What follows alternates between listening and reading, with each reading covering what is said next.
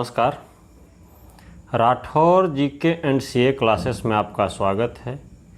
मैं आपका host Aditya Rathore current affairs से 15 महत्वपूर्ण क्वेश्चन लाया हूं।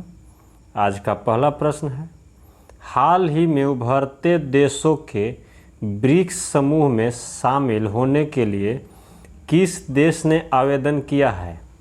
ईरान, अर्जेंटीना, दोनों, इनमें से कोई नहीं। यह दोनों ने किया है। ईरान और अर्जेंटीना दोनों ने किया है। और पहला ब्रिक्स सम्मेलन 16 जून 2009 को रूस में हुआ था और 2010 में साउथ अफ्रीका इससे जुड़ा था। ब्रिक्स में ब्राज़ील, बी से ब्राज़ील, रूस, भारत, चीन और दक्षिण अफ्रीका है। अब इसमें ईरान और अर्जेंटीना शामिल होने के लिए आवेदन किया है। दोस्तों, जीवन में एक लक्ष्य निर्धारित कीजिए और अपनी दृष्टि को हमेशा उस लक्ष्य पे बनाए रखिए, तभी आपको लक्ष्य की प्राप्ति होगी। आज का अगला प्रश्न है, प्रथम कैंपे गौड़ा अंतर्राष्ट्रीय पुरस्कार किसे प्रदान किया गया है? यह इनमें से सभी को दिया गया है। एस.एम. कृष्णा, ए.आर. नारायण मूर्ति, प्रकाश पादुकोण, यह सभी को दिया गया है। और यह पुरस्कार कर्नाटक सरकार द्वारा 2022 में ही शुरू किया गया है, जो कर्नाटक के मुख्यमंत्री बसवराज बोम्मई ने 513वीं कैंपेगौड़ा जयंती को चिन्हित करने के लिए यह पुरस्कार प्रदान किए हैं। आज का अगला प्रश्न है, हाल ही में किसने कांग्रेस के लिए डेमोक्रेटिक नामांकन जीता है? यह राजा कृष्णमूर्ति ने जीता है।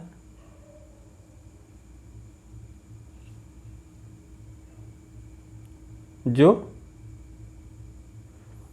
दिल्ली में जन्मे राजा कृष्णमूर्ति अमेरिका में कांग्रेस की सीट के लिए डेमोक्रेटिक प्राइमरी में जीत हासिल किए हैं। कृष्णमूर्ति इलिनॉइस से जीते और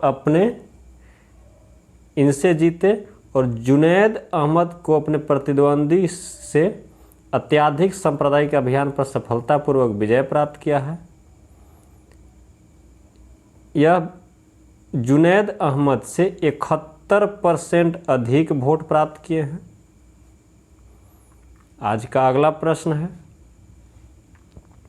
हाल ही में किस देश ने भारतीय छात्रों के लिए 75 पूरी तरह से वित्त पोषित छात्रवृत्ति प्रदान किया है?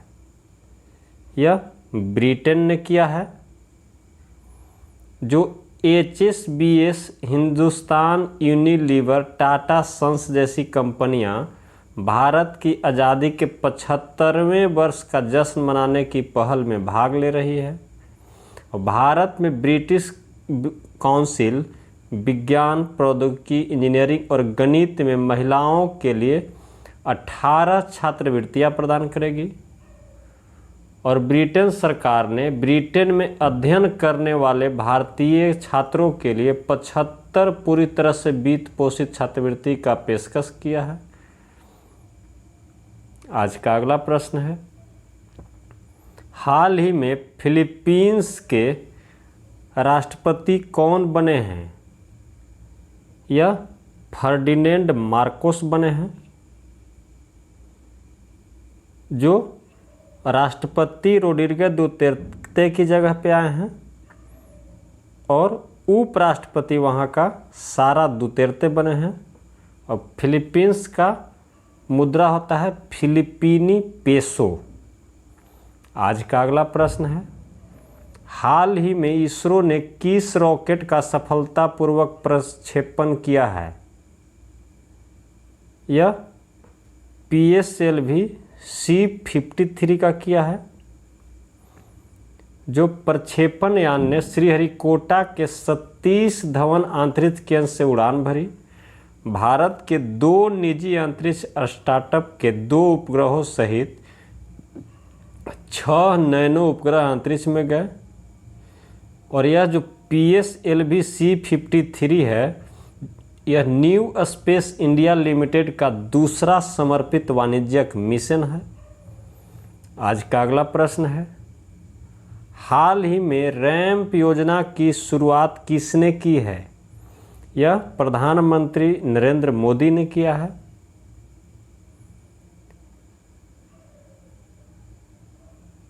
इसका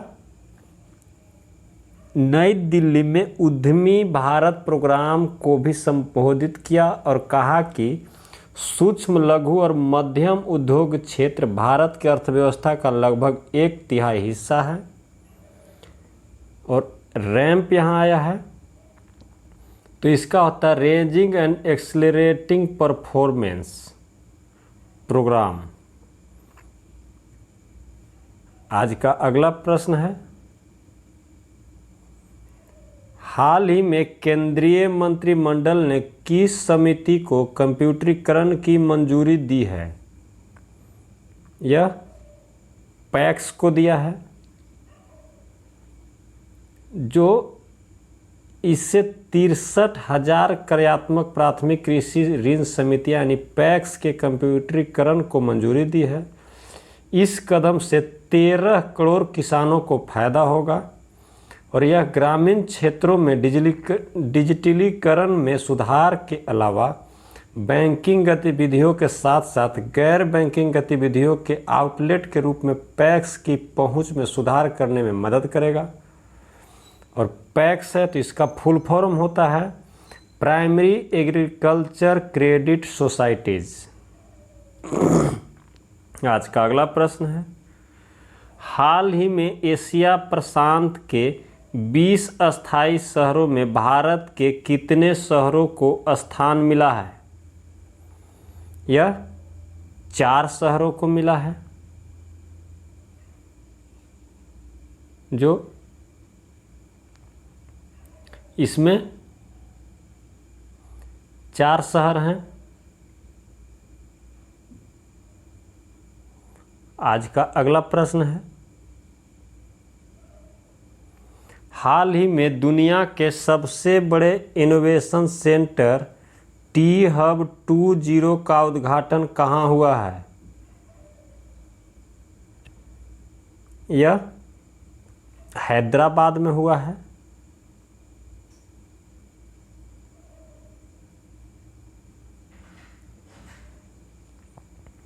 जो यह सुविधा 5.82 लाख वर्ग फुट के कुल निर्मित क्षेत्र के साथ एक छत के नीचे 2000 से अधिक स्टार्टअप को आश्रय प्रदान करेगी।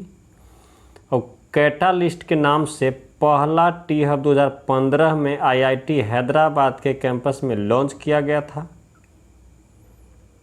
और यह दूसरा है जो दुनिया का सबसे बड़ा हो गया। अब अगला प्रश्न है, हाल ही में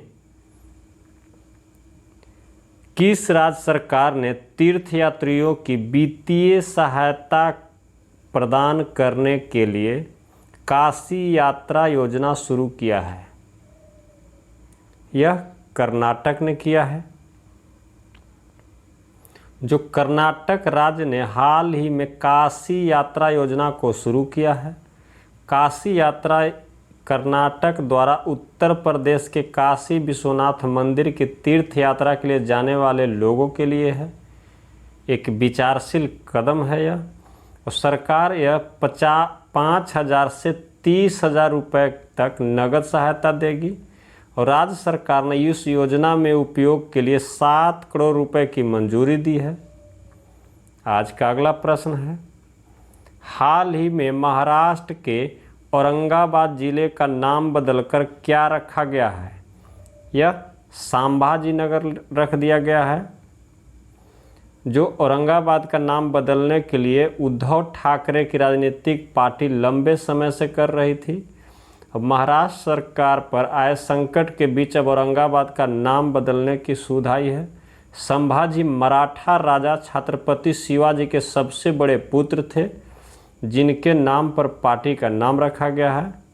और औरंगाबाद को इसका नाम 17वीं शताब्दी में मिला, जब मुगल सम्राट औरंगजेब इस क्षेत्र का गवर्नर था।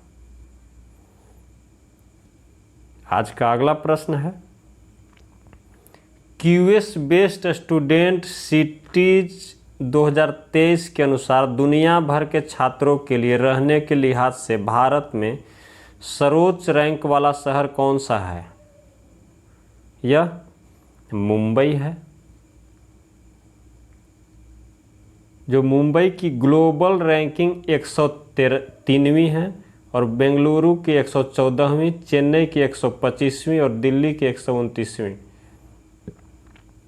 मुंबई का ओवरऑल स्कोर 48.5 रहा और बेंगलुरु का 42.9, चेन्नई का 37.3 और दिल्ली का 36.2। आज का अगला प्रश्न है, हाल ही में महाराष्ट्र के नए मुख्यमंत्री कौन बने हैं? यह एकनाथ शिंदे बने हैं, जो उद्धव ठाकरे के जगह लिए हैं। और वहाँ के मुख्यमंत्री महाराष्ट्र के उद्धव ठाकरे थे, जिनका फ्लोर टेस्ट में फेल होने के बाद विधायकों की अदला बदली की वजह से इस्तीफा देना पड़ा। इसके बाद एकनाथ शिंदे बने और वहाँ के राज्यपाल हैं भगत सिंह कोश्यारी। दोस्तों, जो मेरे चैनल पे पहली बार आए हैं, कृपया सब्सक्राइब कर लें, और जो सब्सक्राइब कर लिए हैं वो लाइक, शेयर और कमेंट करके हमें यह ना बताना भूलें कि आपको वीडियो कैसा लगता है। अगर हेल्पफुल लगता है तो हमें प्रोत्साहित करें कमेंट करके। आज का अगला और आखिरी प्रश्न है, हाल ही में टेस्ट क्रिकेट इतिहास में एक ओवर में सर्वाधिक रन खर्च करने वाले गेंदबाज कौन बने हैं?